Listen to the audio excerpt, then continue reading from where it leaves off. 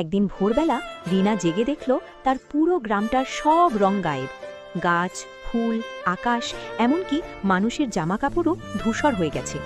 সবাই ভয়ে আছে, কেউ রং কেড়ে নিয়েছে। রিনা একা বেরিয়ে পড়ল রহস্য খুঁজতে। পথ ধরে হাঁটতে হাঁটতে সে পৌঁছালো পুরনো বটগাছের কাছে। হঠাৎ গাছের গোড়ায় একটা ছোট আলোর দরজা খুলে গেল। ভেতরে ঢুকতেই রিনা দেখল রঙের পরী কাঁদছে। পরী বলল, দুষ্ট ছায়া জাদুকর আমার রঙের বাক্সটা চুরি করেছে, তাই পৃথিবীর রঙগুলো হারিয়ে গেছে। রিনা সাহস করে জাদুকরের অন্ধকার দুর্গে গেল। সেখানে ছায়া জাদুকর রাইনাকে দেখে বলল, রং ফিরে পেতে চাইলে তোমাকে আমার 3টে ধাঁধার উত্তর দিতে হবে। রিনা এক এক করে সব ধাঁধার সঠিক উত্তর দিল। জাদুকর অবাক হয়ে বাক্সটা ফেরত দিল।